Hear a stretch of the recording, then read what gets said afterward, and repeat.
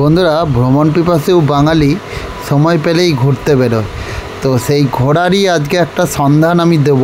তো দেখতে থাকুন আজকের ভিডিওতে গুপ্তিপাড়ার কিছু হিডেন জায়গা, যেগুলি হয়তো আগে কেউ দেখায়নি, সেগুলি আজকের ভিডিওতে আমি তুলে দেবো। তো দেখতে থাকো ভিডিওটা, আর অবশ্যই ভিডিওটা কেমন হয়েছে একটি কমেন্ট করে জানিও কিন্তু।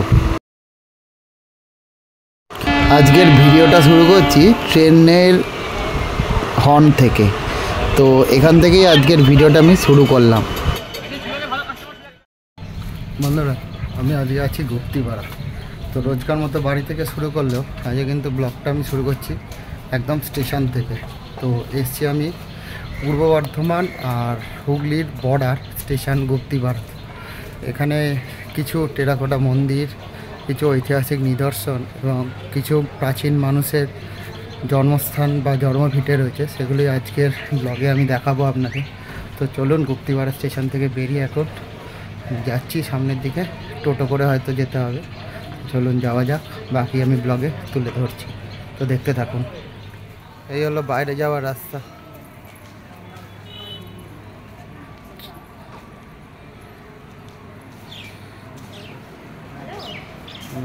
Ticket counter. বন্ধুরা, এখন আছে এই আমার পিছনে হলো গুপ্তিপাড়া স্টেশন। 1 নম্বর প্ল্যাটফর্ম দিয়ে বাইরে আমি এসেছি। এখান থেকে সামনে টোটো স্টেশন, মানে টোটো স্ট্যান্ড রয়েছে যেটা বলে। তো এখান থেকে করে আমি টোটো করে এখন যাব দেশকালী মাতার মন্দির। চলুন যাওয়া যাক। বন্ধুরা, টোটো স্ট্যান্ড থেকে আমি টোটো নিয়ে চলে যাচ্ছি দেশকালী মাতার মন্দির। এই দেশকালী মাতার মন্দির যেতে মোটামুটি টোটোতে 15 টাকা মতো নেয়। তো দুপুরবেলা লোকজন কম, তাই 20 টাকা মতো নিল। বন্ধুরা, আমার পিছনে যে মন্দিরটা দেখছেন, এটাই হলো দেশকালী মাতার মন্দির। এটা এখানকার খুবই জাগ্রত মন্দির। এখানে প্রাচীনকালে নাকি ডাকাতরা এখানে পূজা করতেন এবং সামনে যে বলির এটা রয়েছে ওখানে বলি দিত, বলি দিয়ে বলি দিয়ে তারপরে নাকি তারা ডাকাতি করতে বেরোতো। তো এই হলো এখানকার কথিত রয়েছে। বন্ধুরা, আমি যখন এসছি এটা হলো দুপুরবেলার টাইম। তো বিকেলবেলা 4টের সময় খোলে। তো এখন বাজে 3টে। তো মন্দির তো খোলা নেই। তো ভেতরে যা বিগ্রহটা দেখাতে পারলাম না। যতটুকু শুনেছি এখানে একটা পাথর রয়েছে, সেই পাথরকেই নাকি এখানে পুজো করা হয়।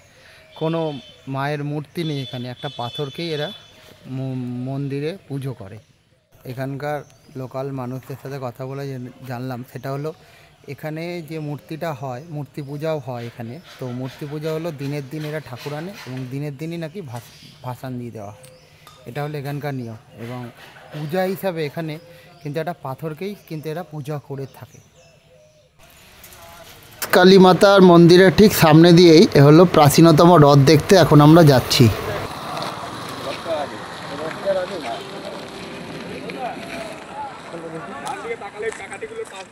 লোকমুখে প্রচলিত কথা অনুযায়ী এখানকার রাজা মধুসূদনানন্দ 1740 খ্রিস্টাব্দে এই রথের সূচনা করেন এবং এটি হলো পুরীর জগন্নাথ দেবের পর বাংলার দ্বিতীয় বৃহত্তম রথযাত্রা। বন্ধুরা, রথের ঠিক পাশেই রয়েছে এই যে বৃন্দাবন মন্দির বা বৃন্দাবন মঠ, যাই বলুন এখানকার মানুষ। তো এটা একটা মঠ। এখানে 4টে টোটাল মন্দির রয়েছে। চলুন দেখি ভেতরে ঢোকা যায় কীভাবে। ভেতরে ঢুকে বাকিটা বলছি। বন্ধুরা, ঢুকেই প্রথমে একটা তোরণ পড়লো। এই তোরণ পেরিয়েই মন্দিরগুলো কিন্তু। তো আমরা এই তোরণ দিয়ে এখন ভেতরে ঢুকছি। তো চলুন ঢুকি।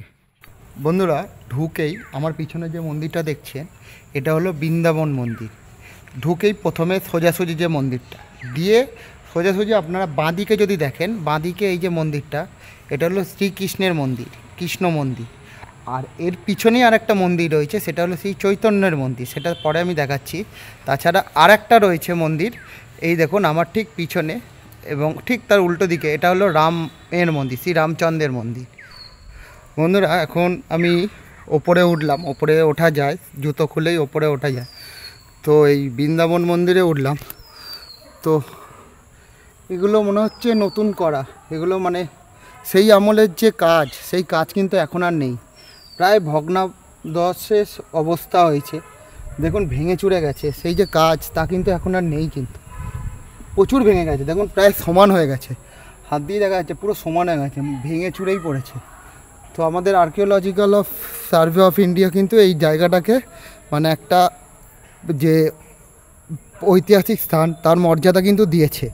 তারপরেও কিন্তু ঠিকঠাক কিন্তু মেনটেনেন্স কিন্তু হয়নি এই জায়গাগুলোর। তো দেখুন দেখাচ্ছি আমি, পুরো প্লেন, পুরো এই যে এটা দেখছেন পুরো কিন্তু প্লেন হয়ে রয়েছে, কোনো কারুকার্য সেই আদিকালের যে কারুকার্য তা কিন্তু একদমই নেই, অন্তত বৃন্দাবন মন্দিরে নেই। বন্ধুরা এই যে মন্দিরটা দেখছেন এটা হলো রামচন্দ্রের মন্দির, ভগবান শ্রীরাম, যেটা হিন্দু ধর্মের অন্যতম পবিত্র একজন, বা আপনারা ভগবান বিষ্ণুর সপ্তম অবতার, যিনি দ্বাপর যুগে রাবণকে মেরে তার স্ত্রী সীতাকে বাঁচিয়েছিলেন। সেই অবতারের এই রামচন্দ্রের মন্দির। তো এখানে দেখুন এই একটাই মন্দির আছে যে মন্দিরের কারুকার্যগুলো কিন্তু এখনও যথেষ্ট পরিমাণে জীবিত আছে। দেখুন ভগবান রামের বা রামায়ণের বিভিন্ন যে বর্ণিত কাহিনী রয়েছে তার ওপর এই মন্দিরের গায়ে যে কারুকার্য সেটা কিন্তু যথেষ্ট পরিমাণে এই মন্দিরে এখনও রয়েছে। এই 4টে মন্দিরের মধ্যে একমাত্র রামচন্দ্রের মন্দিরটা, এই মন্দিরে কিন্তু কারুকার্যগুলো এখনও ভালোভাবে রয়েছে। দেখুন কারুকার্যগুলো একদম নিচ থেকে দেখাচ্ছি, দেখুন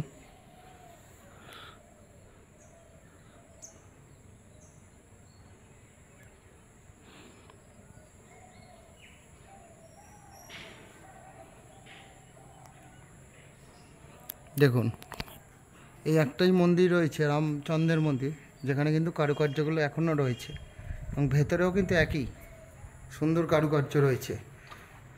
বন্ধুরা এই বৃন্দাবন মন্দিরের দেখুন এখান থেকেই কিন্তু এই যে মন্দিরটা দেখছেন এটাই হলো চৈতন্য মহাপ্রভু যে বলা হয় তার মন্দির। এটাই যে আরেকটা মন্দির বললাম চতুর্থ মন্দির, এইটা হলো সেই মন্দির। এখানে যে এই যে বিভিন্ন প্রতিকৃতিগুলো রয়েছে দেখছেন এইগুলোই কিন্তু রথের সময় রথে লাগানো হয়। আর আরেকটা জিনিস সেটা হলো এই চৈতন্য মহাপ্রভুর এখানেই রয়েছে জগন্নাথ, বলরাম এবং সুভদ্রার 3টে প্রতিকৃতি, যেটা মানে মূর্তি, যেটা কিন্তু ওই রথে যায়, এর মন্দিরের মধ্যেই রয়েছে। তো এখন তো মন্দির খোলেনি বা অন্ধকার, তো দেখা যাচ্ছে না, এখানেই কিন্তু থাকে সেই জগন্নাথ, বলরাম, সুভদ্রার মূর্তিগুলি। এই যে এগুলো দেখছেন এগুলো কিন্তু সব কটা কিন্তু রথে যায় এই মূর্তিগুলো। এই যে বন্ধুরা ওপর দিয়ে হলো একটা, ওপরে যেখানে মানে এখানে দ্বাররক্ষীরা দাঁড়াতো, সেইখান থেকে আমি এখন মন্দিরের পিছন দিয়ে, এই যে আমার পিছনে হলো এই যে মন্দিরগুলো, আর ঠিক তার পাশে এই যে পাঁচিলের ওপারে হলো এটা হলো রথ, সেই রথটা যেটা দেখালাম, এটা হলো ভারতবর্ষের 4র্থ প্রাচীনতম রথ, যেটা প্রায় 1700 খ্রিস্টাব্দে চালু হয়। রথটা আগে নাকি অনেক বড় ছিল, এখন নাকি ভেঙে দিয়ে অনেক ছোট করে দিয়েছে। দুপুর কেমন কি নেয় ওকে? এমনি বসে খেতে গেলে প্রত্যেকজনের জন্য 120 টাকা, আর এমনি নিয়ে গেলে 200 টাকা, 300 টাকা, 400 টাকা সব মাথা করে দেবে। আচ্ছা আচ্ছা, এটা কি রোজ? রোজ আগের দিন ওই মহারাজের নম্বর দিয়ে আগের দিন জানাতে হবে। আচ্ছা, এনাকে জানালে আগের দিন জানাতে হবে, যতজনের খুশি।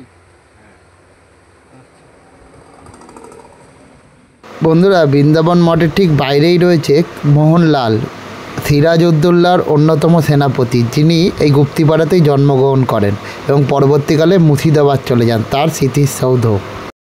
বন্ধুরা এই গুপ্তিপাড়া এক ঐতিহাসিক স্থান বহনকারী।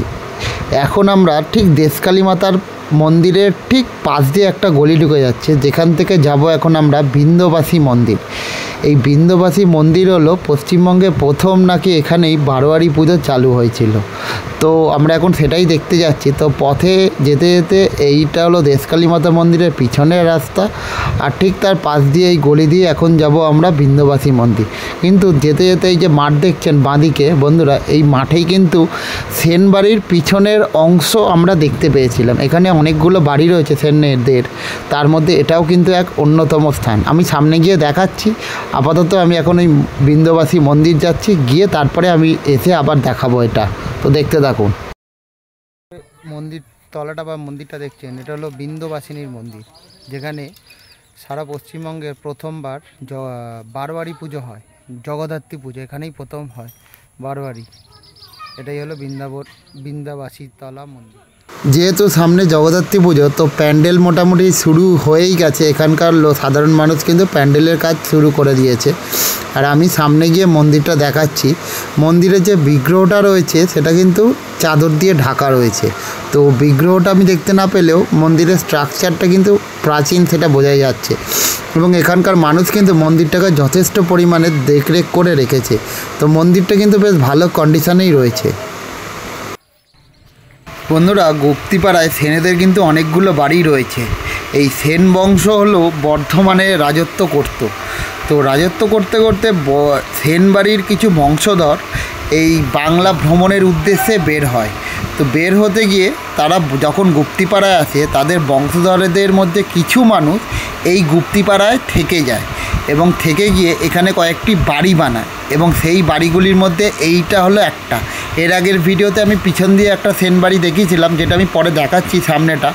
তার মধ্যে কিন্তু এটাও একটা। প্রায় দুটো সেন বাড়ি কিন্তু এখানে রয়েছে। এটাও কিন্তু একটা মন্দির, যেটা কিন্তু বিরাট বড় একটা ঠাকুর দালান। এটা হলো ঠাকুর দালান, যেখানে জগদ্ধাত্রী পুজো আসছে। আপনারা জানেন যে সামনেই জগদ্ধাত্রী পুজো। এই জগদ্ধাত্রী পুজো উপলক্ষে এখানে কিন্তু প্যান্ডেল হচ্ছে। এই যে প্যান্ডেলটা, এটা কিন্তু জগদ্ধাত্রী পুজোর প্যান্ডেল, যেটা এখানে হয়ে থাকে। এবং এখানকার বংশধরেরাই নাকি এসে এই জগদ্ধাত্রী পুজোটা করে থাকে, যতটুকু আমরা জানতে পারলাম এখানকার সাধারণ মানুষের থেকে।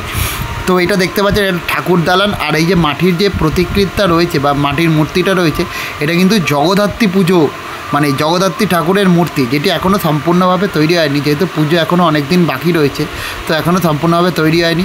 আর এটা হলো ঠাকুর মন্দির, যেটা তালা দেওয়া রয়েছে। এখন মনে হচ্ছে কাউকে আমি দেখতে পেলাম না, বা এখন হয়তো কেউ নেই, তারা হয়তো বাইরে আছে, আসবে।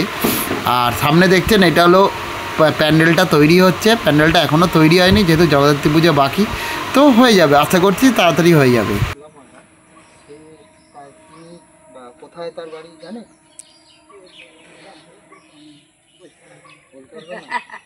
আর মোহনলাল সিরাজের সেই সেনাপতি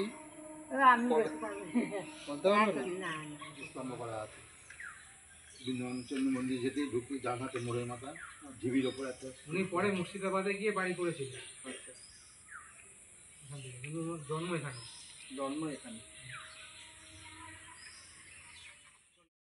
বন্ধুরা, দেশকালী মাতার পিছন থেকে যে সেন বাড়ির পিছনের অংশটা দেখিয়েছিলাম, এখন সেই বাড়িটা সামনে এসেছি। এটাই হলো সেই সেন বাড়ি, যেটি প্রায় 500 বছরেরও শতাধিক পুরানো। বাড়িটা প্রায় ভগ্নাবশেষ অবস্থায় রয়েছে। নিচের তলায় কিছু সাধারণ মানুষও বসবাস করে। সামনে যে মাঠটা দেখছেন, এই মাঠেই নাকি বিরাট মেলা বসে রথের সময়। তো এখানকার সাধারণ মানুষের থেকে যতটুকু শুনলাম, সেটাই আপনাদের কাছে জানালাম। তো বন্ধুরা, গুপ্তিপাড়ায় আমাদের বাংলার দ্বিতীয় প্রাচীনতম রথ তো আছে, কিন্তু রথের দিন রথে করে জগন্নাথ দেব, বলরাম এবং তার বোন সুভদ্রা তিনজনে তো যায় মাসির বাড়ি। তো কোথায় হলো সেই মাসির বাড়ি? এই যে সামনে যে মন্দিরটা এখন আমি দেখাচ্ছি আপনাদের, এটাই হলো জগন্নাথ দেবের মাসির বাড়ি এখানকার। তো এই মন্দিরটার ছোট্ট মন্দির, খুব বেশি বড় নয় মন্দিরটা। এটাকেই বলা হয় নাকি মাসির বাড়ি। তো মাসির বাড়ি ঢুকতেই প্রথমেই দুদিকে শ্রীচৈতন্য এবং তার প্রধান শিষ্য এখানে রয়েছে বিগ্রহ। আর মন্দিরের ভেতর জগন্নাথ দেব, বলরাম এবং সুভদ্রা তিনজনের মূর্তি রয়েছে। সঙ্গে শ্রীকৃষ্ণ এবং রাধা, তাদেরও কিন্তু মূর্তি রয়েছে। দেখুন, আমি দেখাচ্ছি, এখানে দুজন এবং নিচে তিনজন, সবারই মূর্তি কিন্তু এখানে রয়েছে। এগুলো কিন্তু রোজই পূজিত হয়ে থাকে। এখানকার সাধারণ মানুষ যা বলল, সেটাই আমি আপনাদের বললাম।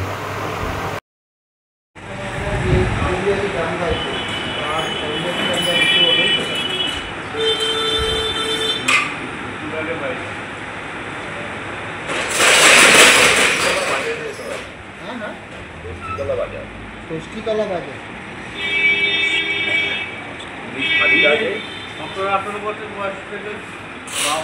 ঝগড়া করে চলে গেছে। তারপর ওনার কোনো ভাই টাই ছিল, ঠিক আছে।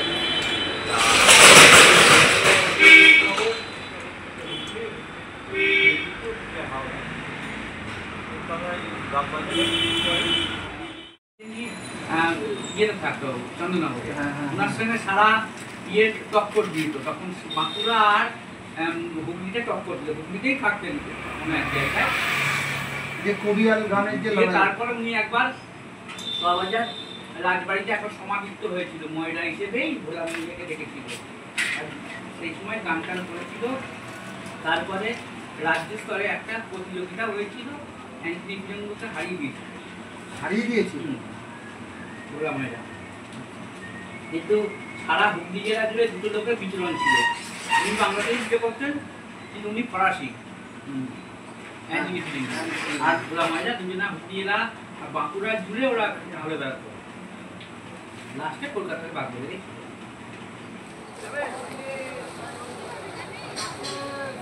দুপুর সন্ধ্যা পেয়ারার মতো খেতে অনেক। বন্ধুরা, শেষ মুহূর্তে কিছু ইনফো আপনাদের দিই ইনফরমেশান। সেটা হলো, আমি যেহেতু গুপ্তিপাড়া থেকে করেছি, গুপ্তিপাড়াতে জানি যে গুপ্তিপাড়ায় রয়েছে, কিন্তু গুপ্তিপাড়া থেকে আমার ভাড়াটা কিন্তু বেশি লেগেছে। কারণ গুপ্তিপাড়াটা থেকে যে জায়গাটায় গেছিলাম সেটা হলো রথতলা বলে, রথতলা অবধি টোটো করে 20 টাকা ভাড়া নিয়েছে। তো আপনারা এটা যদি বেহুলা নামেন, বেহুলা থেকে রথতলা কিন্তু 10 টাকা, ভাড়াটা কম। তো যেটা সুবিধা সেটা আমি বলে রাখলাম।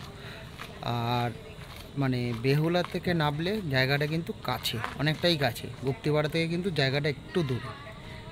তো এইটুকুনি বলার ছিল, সেটা আপনাদের জানিয়ে দেওয়া দরকার, আমি জানিয়ে দিলাম। ধন্যবাদ।